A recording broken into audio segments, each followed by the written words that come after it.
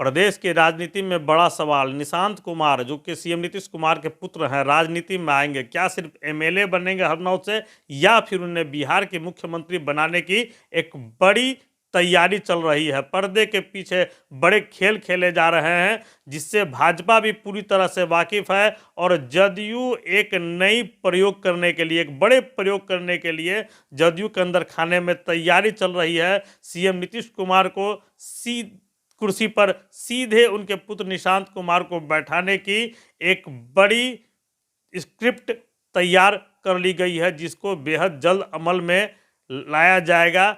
इसकी पुष्टि तो नहीं की जा रही है जदयू के द्वारा, लेकिन जो सिम्टम्स दिख रहे हैं पॉलिटिकल, जो दिख रहे हैं कि जिस प्रकार के जो सिग्नल मिल रहे हैं पार्टी के अंदर खाने से, वह यही है कि सीएम नीतीश की स्थान पर अब निशांत को जदयू बैठाएगी। सवाल यह है कि कैसे पूरी प्लानिंग हो चुकी है, जिसको जानने के लिए देखते रहिए यह वीडियो।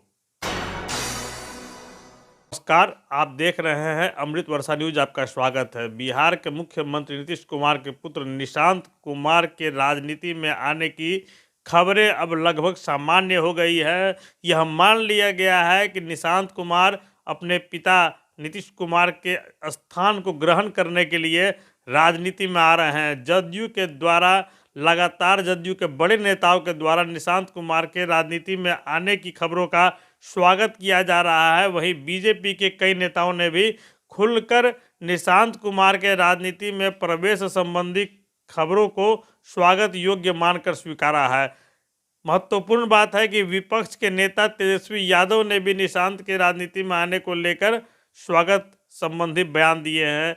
निशांत राजनीति में आने वाले हैं। निशांत सीएम नीतीश कुमार के पुत्र हैं, जो अब तक राजनीति के दलदल से बाहर रहे, लेकिन अब जब सवाल जदयू के अस्तित्व को बचाने का हो गया, पार्टी के भविष्य को किसी प्रकार के मझधार में छोड़ने के बजाय सीएम नीतीश कुमार ने संभवतः यह फैसला ले लिया हो कि अब पार्टी की कमान अगली पीढ़ी को देने का समय आ गया है। देखिए, नीतीश कुमार बेहद लंबे समय से बिहार के मुख्यमंत्री हैं। ऐसे तो पहले उन्होंने 2000 के विधानसभा चुनाव के उपरांत ही मुख्यमंत्री के पद पर शपथ लिया था, लेकिन वह सरकार चल नहीं सकी। महज 7 दिनों में वे बहुमत साबित नहीं कर सके और सत्ता से बाहर चले गए और पुनः वाजपेयी सरकार में केंद्र में जाकर केंद्रीय मंत्री के रूप में उन्होंने पदभार ग्रहण कर लिया।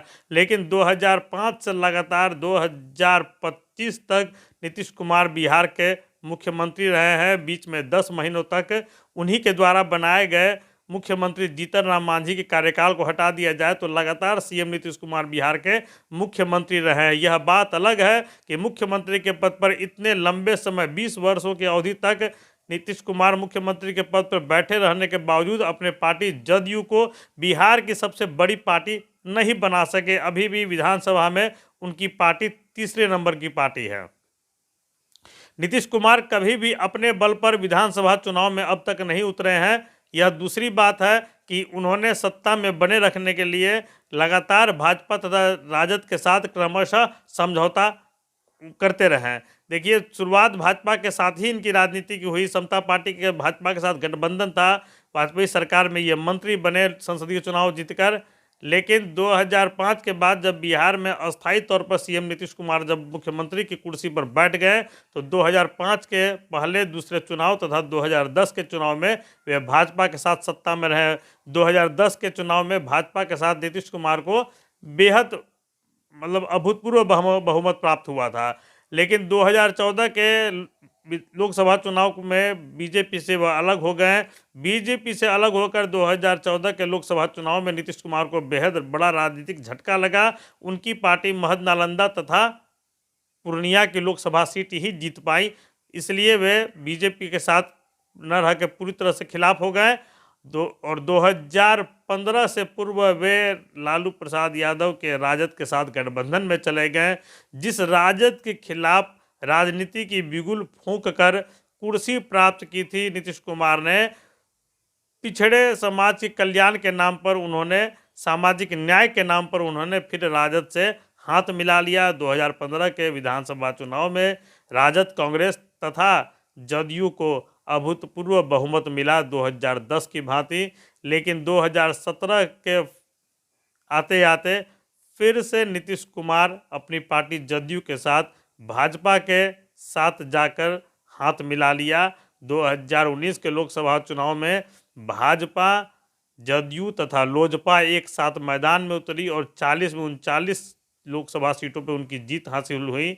2020 के विधानसभा चुनाव में राजनीति कुछ नई करवट बदलने पर मजबूर हो गई, जब भाजपा की तरफ से तथाकथित रूप से चिराग मॉडल पेश किया गया। चिराग पासवान एनडीए के साथ विधानसभा के चुनाव मैदान में उतरे, लेकिन उन्होंने भाजपा के खिलाफ तो नहीं, लेकिन जदयू के खिलाफ कई सीटों पर उन्होंने प्रत्याशी दे दिए, जिसके वजह से जदयू को उस विधानसभा चुनाव में महज 43 सीटें हाथ आई। यह अलग बात है कि लोजपा को भी मात्र एक सीट पर संतोष करना पड़ा। 2020 में जो ये राजनीतिक चोट पहुंची सीएम नीतीश कुमार को, उसके बाद वे 2022 में फिर से राजद, कांग्रेस, वाम दलों के साथ चले गए, लेकिन इस बार राजद, कांग्रेस, वाम दलों का साथ 2024 के फरवरी तक रहा और 2024 के फरवरी में वे वापस भाजपा, लोजपा के साथ चले आए और 2024 के लोकसभा चुनाव में वे भाजपा तथा लोजपा के साथ चुनावी मैदान में उतरे। अब 2025 में विधानसभा चुनाव होने को हैं और सीएम नीतीश कुमार की परेशानी काफ़ी बढ़ गई है। यहाँ तक कि उनके सहयोगी दल जो पहले विपक्ष में थे, वे भी उन्हें अब अनफिट करार दे रहे थे और अब विपक्ष जो है राजद, कांग्रेस भी लगातार उनके स्वास्थ्य को लेकर यह कहता चल आ रहा है कि सीएम नीतीश कुमार अब मानसिक रूप से मुख्यमंत्री के पद को संभालने के लायक नहीं रह गए। कई दफ़ा सार्वजनिक मंचों पर, सार्वजनिक कार्यक्रम में सीएम नीतीश कुमार अनफिट भी दिखे, कई बार कुछ गलतियां उनसे हुई, लेकिन अब जदयू के समक्ष भविष्य को लेकर बड़ा सवाल है कि सीएम नीतीश कुमार अगर पूरी तरह से फिट नहीं रहते हैं तो जदयू का क्या होगा। क्या जदयू दो भाग होकर भाजपा तथा राजद के साथ चली जाएगी या जदयू के अस्तित्व को बचाने के लिए कोई दूसरा प्रयोग किया जाएगा। जी हाँ, प्रयोग। सीएम नीतीश कुमार अपने प्रयोग के लिए राजनीति में जाने जाते हैं और लगातार राजनीति में वंशवाद का खिलाफ करने वाले सीएम नीतीश कुमार अब अपनी पार्टी को बचाने के लिए अपने पुत्र निशांत कुमार को राजनीति में ला रहे हैं। यह तय माना जा रहा है कि 2025 के विधानसभा चुनाव में निशांत हरनौत विधानसभा जो नालंदा में पड़ती है, वहां से चुनाव लड़ने जा रहे हैं। आपको बता दें कि 1985 में हरनौत विधानसभा क्षेत्र से एमएलए का चुनाव जीतकर सीएम नीतीश कुमार ने राजनीति में सक्रिय पदार्पण किया था। हालांकि वे सक्रिय तो 1974 के छात्र आंदोलन से ही थे, लेकिन 1985 में हरनौत से चुनाव जीतने के उपरांत वे सदन पहुंच सके थे। देखिए, निशांत को राजनीति में लाना नीतीश कुमार के बेहद करीबी कुछ लोगों के लिए मजबूरी है, क्योंकि अगर सीएम नीतीश कुमार जिस प्रकार से उनका स्वास्थ्य अब पूरी तरह से साथ नहीं दे रहा है, पॉलिटिकली अनफिट हो गए, तो ऐसी स्थिति में जदयू खंड खंड होकर बिखर जाएगी और उनके साथ रहने वाली एक टीम जो लगातार तकरीबन 1990 से सीएम नीतीश कुमार के साथ है, उन्हें झटका लगेगा। वे एक सत्ता से बाहर चले जाएंगे, तो सत्ता में बने रहने के लिए अथवा सत्ता में भागीदार भी बने रहने के लिए उन्हें एक मजबूत चेहरे की आवश्यकता है और जदयू में ऐसा कोई नेता नहीं है जिस पर सीएम नीतीश कुमार भरोसा कर सके और सीएम नीतीश कुमार की जो किचन कैबिनेट है वह भी उस पर एकमत हो सके। इसलिए निशांत कुमार को राजनीति में लाया जा रहा है। कहा तो यह भी जा रहा है कि निशांत कुमार को 2025 के विधानसभा चुनाव के उपरांत जब एनडीए को बहुमत आएगा तो फिर जदयू के द्वारा सीएम भी बनाने की प्रस्ताव रखी जाएगी और इस प्रस्ताव को मानना तब मजबूरी हो जाएगी सहयोगी दलों के लिए जब जदयू इस प्रस्ताव के साथ विपक्ष के साथ हाथ मिलाने के फिर से संकेत देने लगेगी। देखिए, भाजपा को लगातार 20 वर्षों से बिहार के राजनीति में अपने पीछे पीछे नीतीश कुमार घुमाते आ रहे हैं।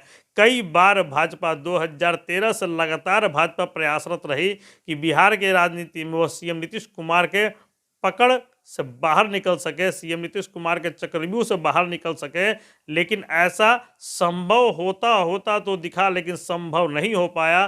तमाम राजनीतिक झंझावतों को झेलने के बावजूद भाजपा को अंततः सीएम नीतीश कुमार के पीछे शरणागत ही होना पड़ा बिहार में सत्ता में बने रहने के लिए। इसलिए अगर सीएम नीतीश कुमार के किचन कैबिनेट के द्वारा निशांत की ताजपोशी की बात आती है तो यह भी भाजपा के लिए कुछ बेहद चौंकाने वाले राजनीतिक हालात नहीं होगी। निशांत कुमार के राजनीति में आने के बाद जदयू को क्या लाभ होगा? क्या सीएम नीतीश कुमार के द्वारा खड़ा किया गया वोट बैंक नतमस्तक होकर निशांत को स्वीकार कर पाएगा? यह सब एक बड़े सवाल हैं जो निशांत कुमार की राजनीति में आने के प्रश्न के साथ साथ खड़े हो रहे हैं, जिनका जवाब फिलहाल समय के गर्भ में है। लेकिन इतना तय माना जा रहा है कि निशांत कुमार की राजनीति में पदार्पण के साथ ही बिहार की राजनीति की दशा दिशा कुछ बदल जाएगी। या तो जदयू निशांत कुमार के साथ सामाजिक न्याय की राजनीति की ओर चल पड़ेगी, या फिर जदयू में निशांत कुमार के समक्ष अगर बीजेपी की राजनीति सफल नहीं हो पाती है तो फिर निशांत कुमार को सीएम के रूप में बीजेपी को स्वीकार करना पड़ेगा।